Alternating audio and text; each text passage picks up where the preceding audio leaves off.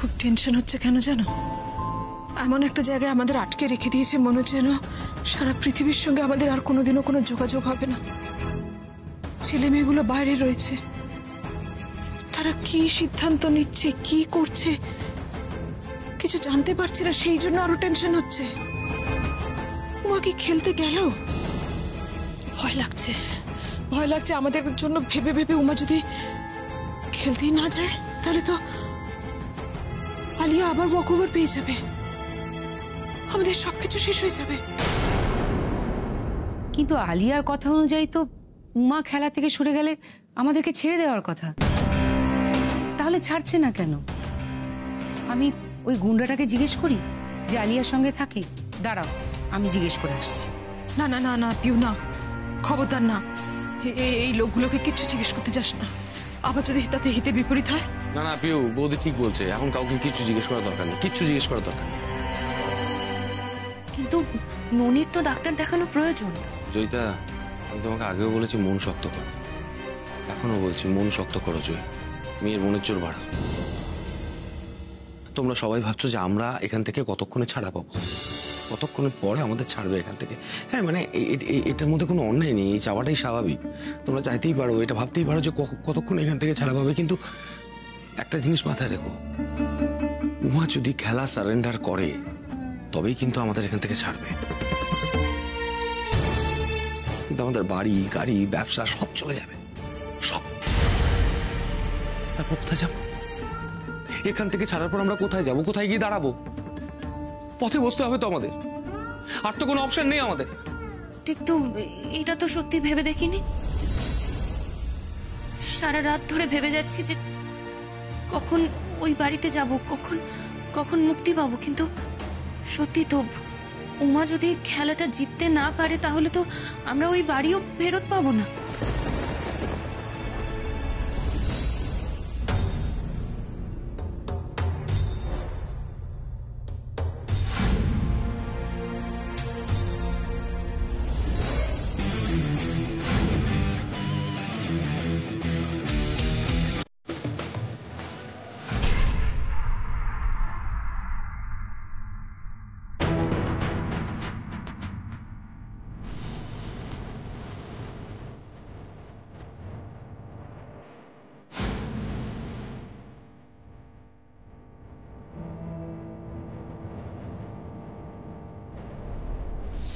আলিয়া যে এসব চক্রান্ত করছে, এগুলো তো পুলিশকে জানানো দরকার। পুলিশকে খবর না দিলে তো অভি আর রুদ্র একা কিছুই করতে পারবে না।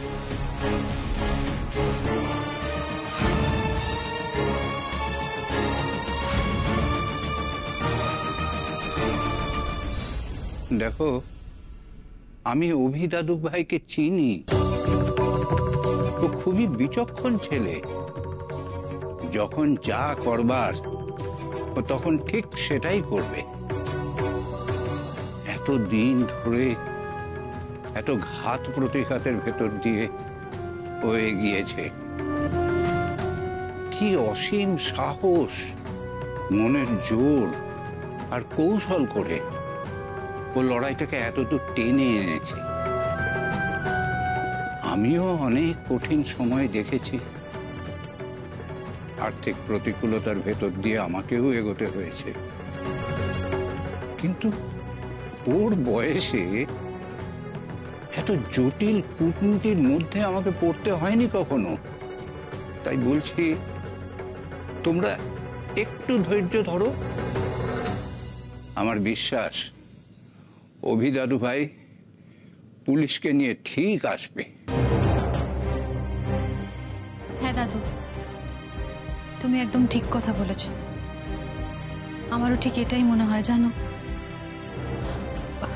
আমি আমি কাল রাতে স্বপ্ন দেখেছি অভিরা এখানে এসে আমাদেরকে উদ্ধার করে নিয়ে যাচ্ছে। স্বপ্নের কথা বলো না ঈশিতা। স্বপ্ন সত্যি হতে গিয়ে সেটা ভালো হবে না খারাপ হবে আমরা কেউ জানি না। স্বপ্ন সত্যি হওয়ার কোনো দরকার নেই। বড় বৌমা, এতটা হতাশার কথা বলো না। ভয় করে বাবা, খুব ভয় করে। আমিও স্বপ্ন দেখেছি বাবা, আমিও স্বপ্ন দেখেছি। অভি উমা সব এসেছে আমাদের এখান থেকে বাঁচাতে, কিন্তু তার সঙ্গে আলিয়াও এসেছে, এসে সবাইকে আটকে দিচ্ছে। স্বপ্ন সত্যি হতে গিয়ে যদি যদি ওই স্বপ্নটা সত্যি হয়ে যায় বাবা, দরকার নেই তো কোনো স্বপ্ন সত্যি হওয়ার কিচ্ছু দরকার নেই। আমার কিচ্ছু স্বপ্ন দরকার নেই। দিদি ভাই তুমি ওভার স্ট্রেসড হয়ে রয়েছো। দেখো আমাদের এখন এরকম করলে চলবে না। আমি আমি আমি দেখছি বাইরে গিয়ে যদি কিছু খাবার আনতে পারি, একটু খেয়ে ঘুমানোর চেষ্টা করো তুমি। আমার জন্য ভাবিস না ছোট, আমি ঠিক আছি। তার থেকে ননি কিছু খাবে কিনা সেটা দেখ। শুধু ননি কেন, আরে বাবা মা কেউ তো কিছু খাননি। দেখ না ছোট, এদের বলে যদি কিছু খাবার দাবার আয়োজন করা যায়, অন্তত বয়স্ক মানুষগুলো কিছু খাক, বাচ্চাটা কিছু খাক। ঠাকুরপুর তো আবার গ্যাস্ট্রিক আছে, অনেকক্ষণ খালি পেটে থাকলে ওর গ্যাসের পেন শুরু হয়ে যাবে। ওকেও তো এতক্ষণ খালি পেটে রাখা যাবে না। ও ছোট, এই দিকটা কিছু সলভ করা যায় কিনা একটু লোকগুলোর সঙ্গে কথা বলে দেখ না। এরকম করো না দিদি ভাই একটু একটু শান্ত হও। আমি দেখছি। আসলে আসলে যাই করতে যাই না কেন, ওই গুন্ডাগুলো তো রয়েছে, ওদেরকে জিজ্ঞেস করতে হবে। ঠিক আছে, আমি ওদের সাথে একটু কথা বলে দেখছি, যদি কিছু খাবারের জোগাড় করতে পারি। বাবাকে তো খেতে দিতে হবে, নাহলে বাবার তো শরীরটা খারাপ হয়ে যাবে, সুগার ফল করবে। কি গো, তুমি কি বলো? দেখো তোমরা কি করবে, দেখো ভেবে দেখো। আমার মাথা এমনি কাজ করছে না। আরো একটা চিন্তা মাথার মধ্যে পাগল করে দিচ্ছে আমি। আরে কলেজের রেজাল্ট বেরোবে, খাতাগুলো তো সব আমার কাছে জমা রয়েছে। পরশুদিন খাতাগুলো সমস্ত দেখা হয়ে গেছে, কিন্তু খাতাগুলো আমি কলেজে গিয়ে জমা দেবো কি করে? এখানে তো আটকে রয়েছি। আমার দায়িত্বের মধ্যে পড়ে খাতাগুলো জমা দেওয়া, নাহলে কলেজের রেজাল্ট আটকে যাবে। বাবা, তুমি না হয় এক্সামের খাতাগুলো দেখে খাতাগুলো ফেরত দিতে পারছো না, কিন্তু আমি তো পরীক্ষায় দিতে পারবো না। আমি আবার কবে স্কুল যাব বাবা? এই লকডাউনের জন্য এতদিন স্কুল বন্ধ ছিল, এতদিন পর আবার স্কুল খুললো, আমার সব বন্ধুরা যাচ্ছে। দেখো বাবা, এখন আমার কোনো বন্ধু স্কুল কামাই করছে না, শুধু আমি স্কুল কামাই করছি।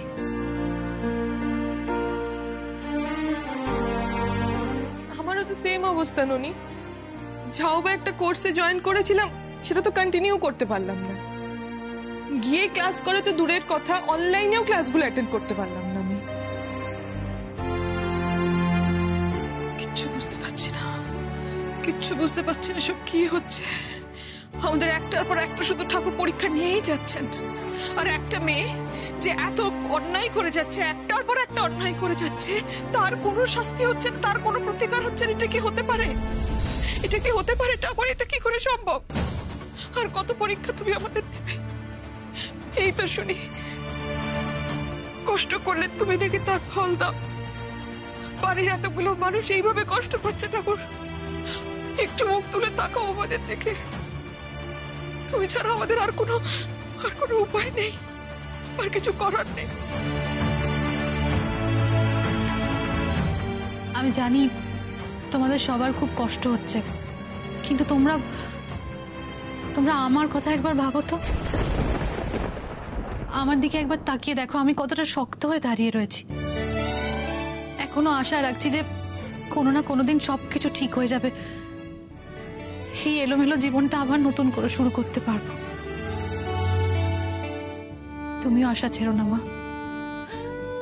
দেখবে সব ঠিক হয়ে যাবে।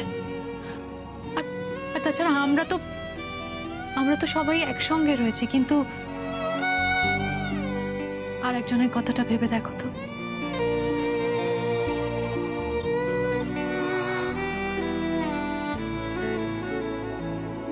সে তো একেবারে একা একা দিন কাটাচ্ছে।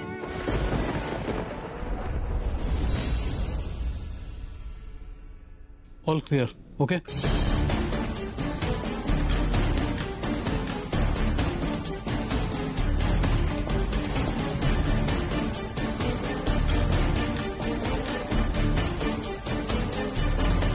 হ্যাঁ অভি বল। হ্যালো উমা, এইবার তুমি নিশ্চিন্তে খেলতে যাও। আমরা মা বাবাদের রেস্কিউ করতে ঢুকছি। সব গুন্ডাদের শায়েস্তা করে দিয়েছি, চিন্তা করো না। অভি তুমি সত্যি বলছো? হ্যাঁ সত্যি বলছি। এবার আর কিছু ভেবো না, জান লাগিয়ে দাও। আর আমি বাড়ির সবাইকে নিয়ে মাঠে আসছি। উমা, আমি খবর পেয়ে গেছি যে মিডিয়া ওখানে পৌঁছে গেছে। আজ পুরো মিডিয়ার সামনে আলিয়াকে এক্সপোজ করব। আলিয়ার খেলা আজকে শেষ হোক, চিরদিনের জন্য শেষ। কিন্তু উমা, তোমার খেলা শুরু। নতুন মেয়েদের নিয়ে বাঘিনীর মতো ঝাঁপিয়ে পড়ে। উমা, তুমি ওপেন করবে। একটা কথা মাথায় রেখো উমা, তোমাকে কিন্তু ক্রিজে টিকে থাকতে হবে। শুরু থেকে শেষ অবধি তোমাকেই কিন্তু পুরো ম্যাচটাকে অ্যাঙ্কার করতে হবে। তুমি তোমার প্লেয়ারদের ভরসা, তুমি ওদের কনফিডেন্স। গো উমা গো, আমি সবাইকে নিয়ে আসছি।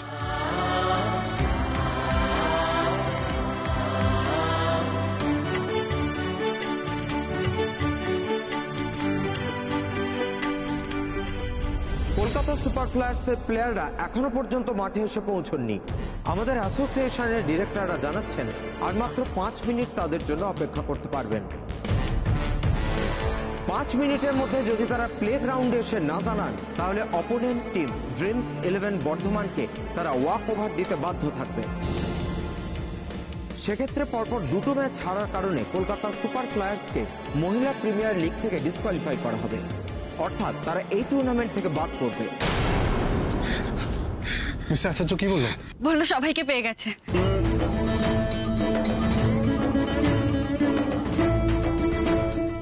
যাক, তার মানে অভিধা তো একেবারে অসাধ্য সাধন করতে পেরেছে। সত্যি রুদ্র, কি যে শান্তি পেলাম। আর অভি বললো যে এক্ষুনি ওদেরকে নিয়ে ওখান থেকে বেরিয়ে পড়তে পারবে। হ্যাঁ বৌদি, বৌদি আর কয়েক মিনিট বাকি আছে, এর মধ্যে আমাদের মাঠে পৌঁছতে হবে। এক্স্যাক্টলি, আমাদের এক্ষুনি বেরোতে হবে উমা, নাহলে কিন্তু আমাদের ডিসকোয়ালিফাই করে দেবে। আর মাত্র 3 মিনিট বাকি। কলকাতা সুপার ফ্লায়ার্সের প্লেয়ারদের জন্য আমরা আর মাত্র 3 মিনিট অপেক্ষা করতে পারি। সত্যি মামুনি, তোর দম আছে। তুই তো দেখছি বুদ্ধিতে আমাকেও টপকে যাবি। হ্যাঁ,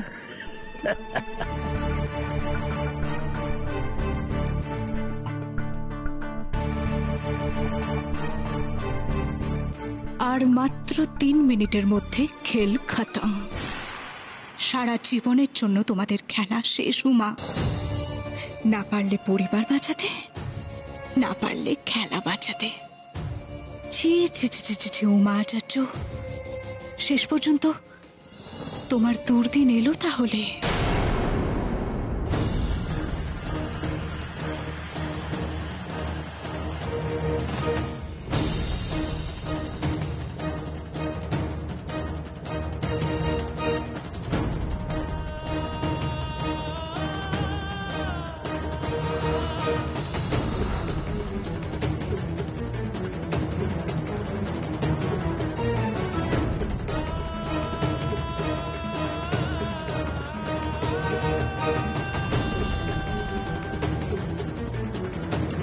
Everything under control.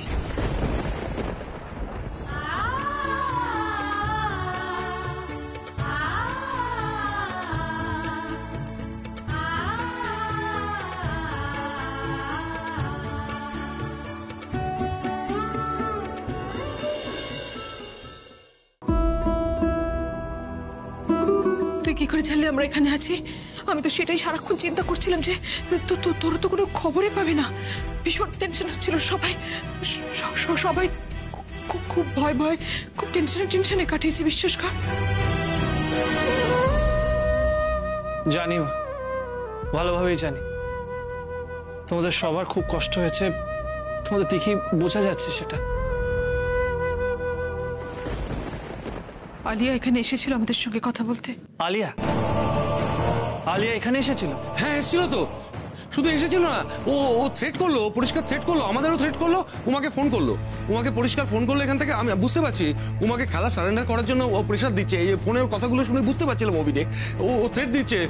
আরে উমা কোথায়? ও আবার বলে দেয়নি তো যে খেলবো না? আলিয়াকে সেসব কিছু বলেনি তো? ও খেলতে গেছে তো? চিন্তা করো না, ঈশ্বর আমাদের সাথে আছে।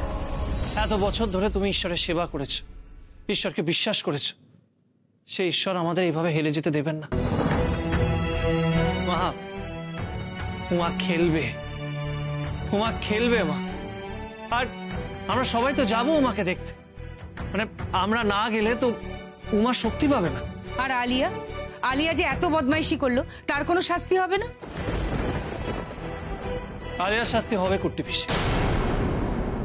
ও নিজেও ভাবতে পারছে না ওর কি শাস্তি হবে, আর সেটা তোমরাও দেখবে। আর আমরা সবাই তো যাবো মাঠে, তোমরাও দেখবে।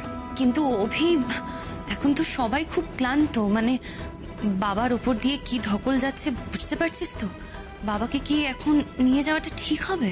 কিচ্ছু হবে না ছোট বৌমা, আমি মাঠে যাব। আমার নাতি নাতবো এত দিন লড়াই করার পরে যুদ্ধ জেতার মুহূর্তে আমি অংশীদার হব না সেই উত্তেজনার? দাদু ভাই, আমি জানতাম তুই আসবি। আমার তোকে নিয়ে খুব গর্ব দাদু ভাই।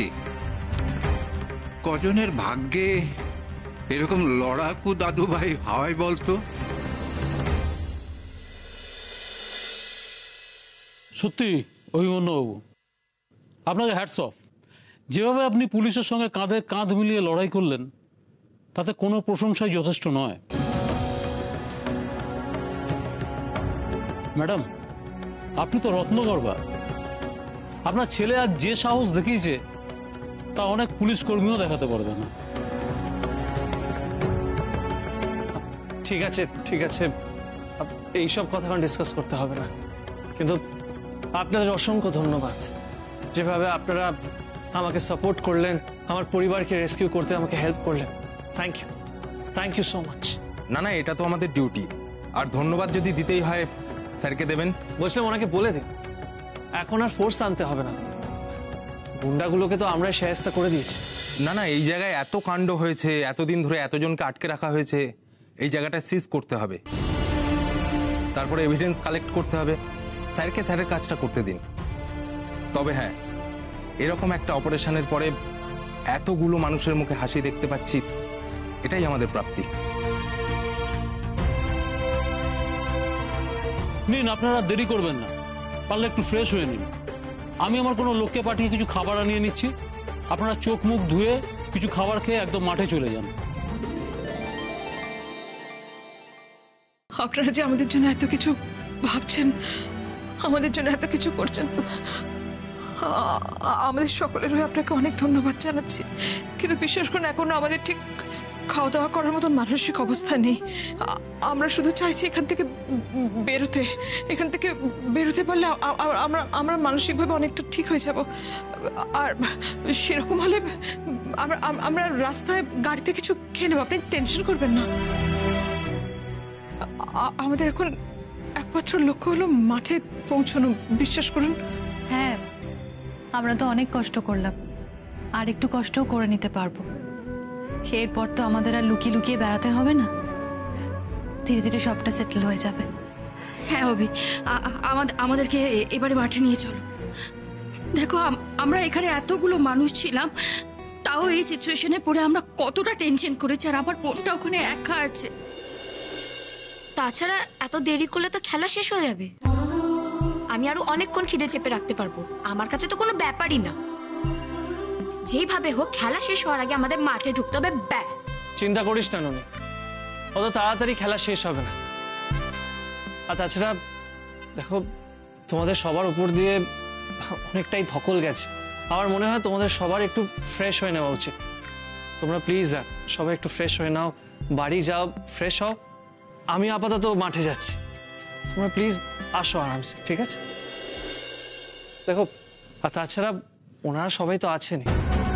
দেখো মা, আমাকে এখন বেরোতে হবে, মাঠে গিয়ে ইমিডিয়েটলি আমাকে মিডিয়ার সাথে কথা বলতে হবে। তবে আমার ভাইয়া কি কোনো সাধারণ ছেলে নাকি? একেবারে বন্দুক হাতে নিয়ে লড়াই করেছে, হিরো অভিমন্যু আচার্য। হ্যাঁ, আমি এক বাক্যে স্বীকার করছি যে আজকের এই অপারেশনের হিরো অভিমন্যু আচার্য। আচ্ছা আচ্ছা, বলছিলাম মা ভীষণ দেরি হচ্ছে, এবার আমি আসছি, টাটা।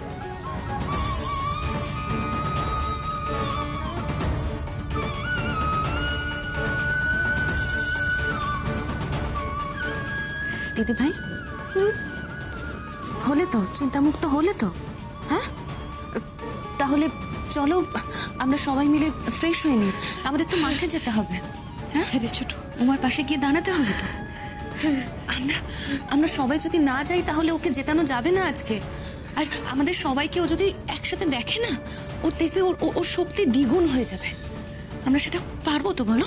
হ্যাঁ, আমার তো মনে হচ্ছে উমা একা 20 ওভার খেললেই জিতে যাবে। আজকে আমি শুধু আলিয়ার মুখটা দেখতে চাই। ও এত ষড়যন্ত্র করেছে আমাদের এগেনস্টে, এবার ওর সাথে কি হয় আমি সেটা দেখতে চাই। আমি না আলিয়াকে একটা থাপ্পড় মারতে চাই। আমাদের প্রত্যেকটা মানুষের কাছ থেকেও একটা করে থাপ্পড়ই ডিজার্ভ করে। ও ভালো মানুষই ডিজার্ভ করে না। ও জানে না ভালো মানুষ কাকে বলে। আমি দেখাবো উমাকে, ওর সামনে নিয়ে গিয়ে আমি দেখাবো যে দেখো দেখো একে বলে ভালো মানুষ। শয়তানের যতই বুদ্ধি থাকুক না কেন, শেষ অবধি জয় ভালো মানুষেরই হয়।